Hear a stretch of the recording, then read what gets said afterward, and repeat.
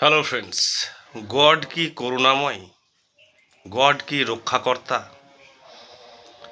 God কি দয়াবান? God কি খুব উদার?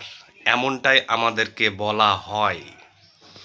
আমাদের গুরু, আমাদের ধর্মপ্রচারক, আমাদের ঋষি মুনি প্রফেট মেসেঞ্জার থেকে তারা বিভিন্ন শাস্ত্রী ধর্মগ্রন্থে এমনটাই দাবি করেছেন যে God is compassionate, kind and protective of the mankind, and whoever praise to him it responds or answers. অর্থাৎ যে গডকে ডাকে, গড কিন্তু তার প্রার্থনায়, তার ডাকে কিন্তু সাড়া দেন। এমনটা কি ঘটে আমাদের জীবনে? মোটেই ঘটে না।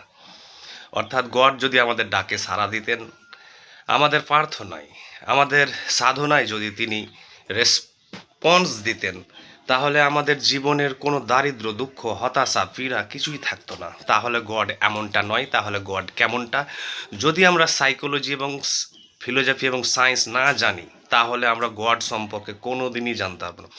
গড অ্যাকচুয়ালি হচ্ছে একটি হোস্টাইল ফোর্স, একটি বিরোধী শক্তি। অর্থাৎ মানুষের সবচেয়ে বড় শত্রু বলা যেতে পারে, এনিমি। কেউ বলতে পারে, how can you be so sacrilegious about God? আপনি গড সম্পর্কে এমনটা কেন বলতে পারেন? আপনি যদি ব্লাইন্ড বিলিভার হন, তাহলে you will feel hurt by my words. তাহলে আপনি যদি অন্ধবিশ্বাস থাকে আপনার, তাহলে আপনি কিছু বুঝতে পারবেন না গড সম্পর্কে। চলুন এর একটি দার্শনিক এবং বৈজ্ঞানিক দ্রুত ইনভেস্টিগেশন করি।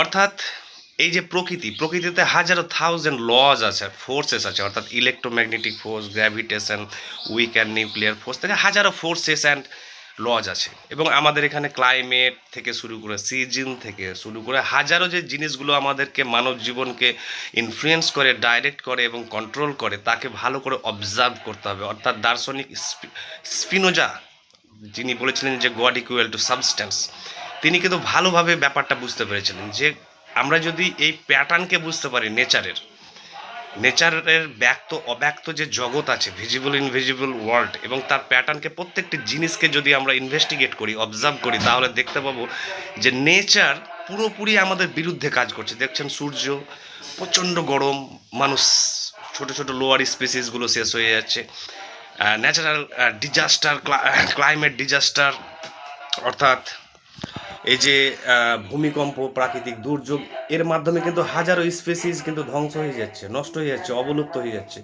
তার মানে কি, গড যে ফোর্সটা বলছি আমরা, সেই ফোর্সটা কিন্তু অ্যাকচুয়ালি ডাইরেক্ট কাজ করে না, সে নেচারের মধ্য দিয়ে কাজ করে। আমরা নেচার ছাড়া আমরা কিছু জানি না।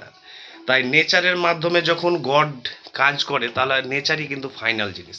আর নেচারের প্রত্যেকটা জিনিস হচ্ছে বিরোধী। অর্থাৎ আমাদের প্রাকৃতিক লেভেল থেকে সোশ্যাল, পলিটিক্যাল, সমস্ত জগৎটাই কিন্তু আমাদের বিরুদ্ধে কাজ করছে।